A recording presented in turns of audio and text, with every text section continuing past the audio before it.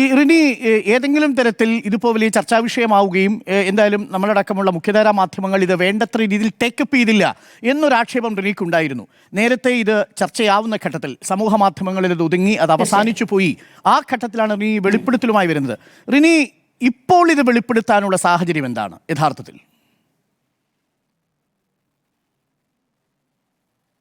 യഥാർത്ഥത്തിൽ ഞാൻ ഈ വ്യക്തിയെ ആദ്യം എനിക്ക് അശ്ലീല സന്ദേശങ്ങളൊക്കെ അയച്ചുകൊണ്ടിരിക്കുന്ന സമയത്ത് ഞാൻ അതിൻ്റെതായ രീതിയിലാണ് പോയത്. നമ്മൾ ആദ്യമേ തന്നെ ചാടിക്കേറിയല്ലല്ലോ, നമ്മൾ നോക്കുന്നു എങ്ങനെയാണത് പോകുന്നത് എന്നുള്ളത് നമ്മൾ കൃത്യമായിട്ട് നോക്കിയിട്ടാണ് പോകുന്നത്. പിന്നീട് ഇപ്പൊ ഞാൻ അങ്ങനെ വെളിപ്പെടുത്താനുള്ള കാരണം ഈ വ്യക്തി ഒരു ഹാബിച്വൽ ഒഫൻഡർ ആണ് എന്ന് ഞാൻ തിരിച്ചറിയുന്നത് ഇപ്പോഴാണ് എന്നുള്ളതാണ്. അല്ലെങ്കിൽ എനിക്ക് നേരത്തെ ഇത് ചെയ്യാമായിരുന്നു, പക്ഷെ എനിക്കതറിയില്ല. ഞാൻ ഒരു സുഹൃത്താണ്, ഒരു ചെറുപ്പക്കാരനാണ്, ചിലപ്പോ ഒരു തെറ്റ് പറ്റിയതാവാം എന്നെല്ലാം കുറച്ച് ഞാൻ കരുതി എന്നുള്ളത് ഒരു സത്യമാണ്. പിന്നീടാണ് എനിക്ക് ഇതിന്റെ സത്യാവസ്ഥ എന്താണ് എന്ന് മനസ്സിലാവുന്നത്. ഇങ്ങനെ ഒരു രാഷ്ട്രീയത്തിലൊക്കെ നിൽക്കുന്ന നേതാക്കന്മാര് ഇങ്ങനെ ആകാമോ എന്ന് ഞാൻ ചിന്തിച്ചു. അപ്പോൾ എനിക്ക് തോന്നി ഒരു പെൺകുട്ടി പോലും, ഇത്രയും പ്രശ്നങ്ങൾ ഉണ്ടായിട്ട് ഒരു പെൺകുട്ടി പോലും പുറത്തേക്ക് സംസാരിക്കുന്നില്ല. അപ്പോൾ ഞാനത് ചെയ്യാതിരിക്കും, എനിക്കൊരു സാമൂഹിക പ്രതിബദ്ധത ഉണ്ടെന്ന് തോന്നി. അതുകൊണ്ട് ഞാൻ ഈ ഒരു വിഷയത്തെക്കുറിച്ച് ഒരു ഇന്റർവ്യൂവിൽ സംസാരിച്ചപ്പോൾ സ്ത്രീകൾ നേരിടുന്ന പ്രശ്നങ്ങളെക്കുറിച്ച് ചോദിച്ചപ്പോൾ ഞാൻ അതിനെക്കുറിച്ച് എൻ്റെ ഒരു അനുഭവത്തെക്കുറിച്ച് പറഞ്ഞു. അത്രയേ ഉള്ളൂ. റിനി, അത് ഒരു മുഖ്യധാരാ മാധ്യമങ്ങൾ പലതും അത് വളരെ വലിയ ചർച്ചാ വിഷയമാക്കാഞ്ഞതിൻ്റെ കാരണം ആ ഘട്ടങ്ങളിലൊന്നും ഇങ്ങനെയൊരു പേര് പുറത്തു വരുന്നില്ല. ഇതെല്ലാം പലതരത്തിലുള്ള അഭ്യൂഹങ്ങളായിട്ടാണ് പുറത്തു വരുന്നത്. റിനിയാണ്, ഞാൻ അതുകൊണ്ടാണ് റിനി അപ്രീഷിയേറ്റ് ചെയ്തത്. റിനി പൊതുസമൂഹത്തിന് മുന്നിൽ വാണിംഗ് കൊടുക്കുകയാണ്, ഇതാ ഇവിടെ ഒരു വേട്ടക്കാരനുണ്ട്, ആ വേട്ടക്കാരൻ ഒരു ഹബിച്വൽ ഒഫൻഡറാണ് എന്നാണ് റിനി പറയുന്നത്. അതായത് ആ സംഘടനയിലുള്ള സ്ത്രീകൾക്ക് ഇദ്ദേഹത്തിൻ്റെ ഭാഗത്തു നിന്ന് ഇതേപോലെയുള്ള പെരുമാറ്റം നേരിടേണ്ടി വന്നിട്ടുണ്ട്. ചില മാധ്യമപ്രവർത്തകയ്ക്ക് ഇതേപോലെ ബുദ്ധിമുട്ടുകൾ നേരിടേണ്ടി വന്നിട്ടുണ്ട്. ആ സംഘടനയിലെ നേതാക്കളുടെ ബന്ധുക്കൾക്കും ഇയാളിൽ നിന്ന് ഇത്തരത്തിലുള്ള അനുഭവങ്ങൾ നേരിടേണ്ടി വന്നിട്ടുണ്ട് എന്ന് റിനി പറയുന്നത് ഞാൻ കേട്ടു. അങ്ങനെയുള്ള ഒരാൾ മുഖം മറച്ച് നിൽക്കുന്ന വീണ്ടും വീണ്ടും വേട്ടക്കാരനാവാനുള്ളൊരു പ്രചോദനമാണോ നമ്മളിപ്പോൾ കൊടുക്കുന്നത് റിനി?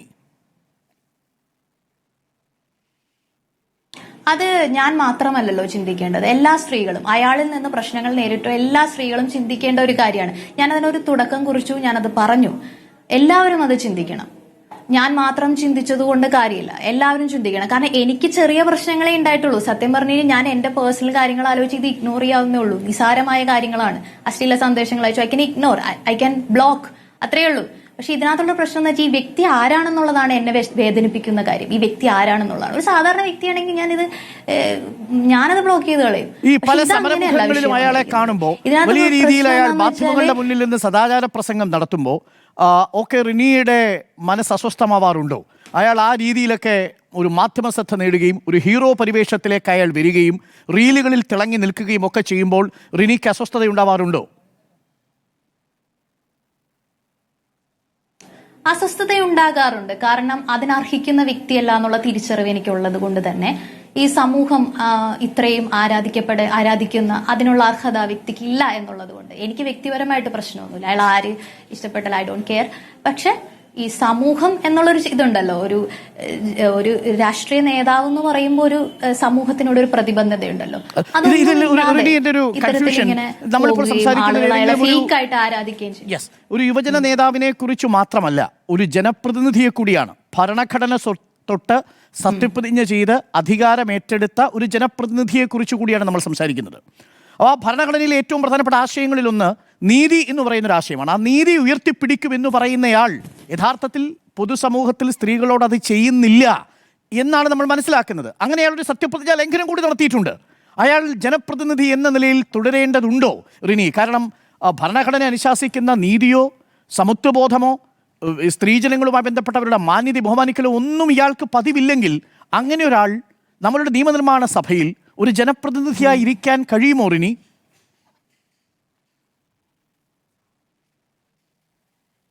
സത്യത്തിൽ അങ്ങനെ അതിനെക്കുറിച്ച് ചിന്തിക്കേണ്ടത് ആ ഒരു പ്രസ്ഥാനവും കൂടിയാണ്. ആ പ്രസ്ഥാനം ഒരു ധാർമ്മികത ഈ കാര്യത്തിലേക്ക് ഉയർത്തണം എന്നാണ് എനിക്ക് പറയാനുള്ളത്. ഞാൻ വ്യക്തിപരമായിട്ട് ഒരാളെയും എടുത്ത് അയാൾ അങ്ങനെ വേണം ഇങ്ങനെ വേണം എന്ന് പറയുന്നില്ല.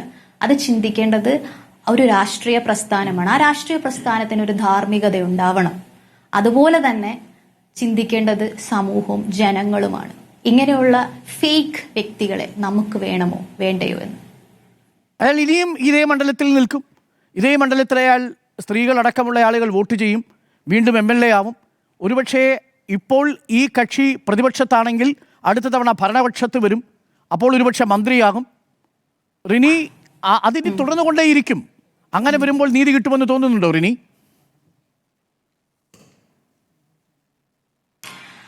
ഏത് രീതിയിലാണെങ്കിലും ഇപ്പൊ നമ്മൾ എങ്ങനെ മുന്നോട്ട് പോയാലും നീതി കിട്ടും എന്നുള്ളൊരു ഇതെനിക്കില്ല, അങ്ങനെ ഒരു വിശ്വാസം എനിക്കില്ല.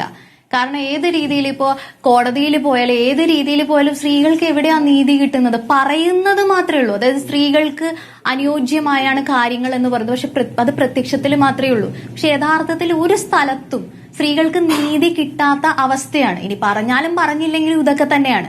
അപ്പോഴും എന്നെ പേഴ്സണലി തേജോവധം ചെയ്ത് ഞാൻ അങ്ങനെ വസ്ത്രം ഇട്ടിരുന്നവളാണ്, ഞാൻ ഇങ്ങനെ നടന്നവളാണ്, ഞാൻ അയാളോട് മിണ്ടിയതാണ് എന്നൊക്കെ പറഞ്ഞ് എനിക്കെതിരെ ആരോപണങ്ങൾ ഉണ്ടാക്കുമെന്നല്ലാതെ അതിനുവേണ്ടി ഒരു സോഷ്യൽ മീഡിയ വിങ് തന്നെ ഉണ്ടല്ലോ, അതിനുവേണ്ടി PR ടീമുകൾ ഇരിക്കുകയാണല്ലോ. ഇതൊക്കെ ചെയ്യും എന്നല്ലാതെ ഒരു നീതിയും കിട്ടുമെന്ന് ഞാൻ പ്രതീക്ഷിക്കുന്നില്ല. നീതി കിട്ടുമെന്ന് കരുതിയുമല്ല ഇത് പറയുന്നത്. ഭാവിയിൽ അയാൾ ഒന്നും ആകില്ല, ആകൂല എന്നൊന്നും വിചാരിച്ചിട്ടില്ല. ഞാൻ അങ്ങനെ ഒന്നും പ്രതീക്ഷിക്കുന്നില്ല. എന്റെ ശരിയാണ് ഞാൻ പറയുന്നത്. ഈ നേരത്തെ റിനി പറയുന്നത് ഞാൻ കേട്ടു. പ്രതിപക്ഷ നേതാവുമായിട്ട് ഏറെ സൗഹൃദവും രാഷ്ട്രീയമായ അടുപ്പവുമുള്ളയാളാണ് റിനി. ആ പ്രതിപക്ഷ നേതാവിനോട് പോലും ഈ കാര്യം പറഞ്ഞപ്പോൾ എന്തായിരുന്നു പ്രതികരണം? താങ്കൾക്ക് നീതി ലഭിച്ചില്ല എന്നതാണ് ഞാൻ മനസ്സിലാക്കുന്നത്. പ്രതിപക്ഷ നേതാവ് വിഷയം കേട്ടു, പക്ഷേ പ്രതിപക്ഷ നേതാവിന് പോലും ഇടപെടാൻ പറ്റാത്തൊരു സാഹചര്യം അവിടെ ഉണ്ടായിരുന്നോ റിനി? എനിക്ക് നീതി ലഭിച്ചില്ല എന്നുള്ളതല്ല എന്റെ വിഷയം. എനിക്ക് നീതി വേണമെന്നൊന്നും എനിക്കില്ല.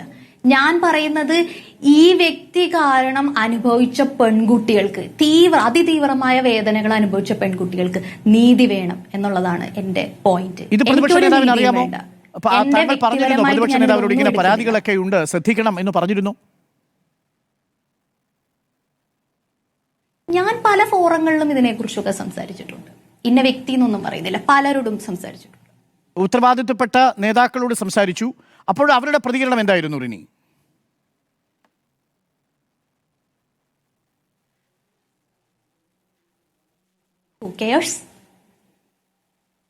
ഈ നേതാവിന്റെ അതേ പ്രതികരണം തന്നെയായിരുന്നു ബാക്കി നേതാക്കൾക്കും?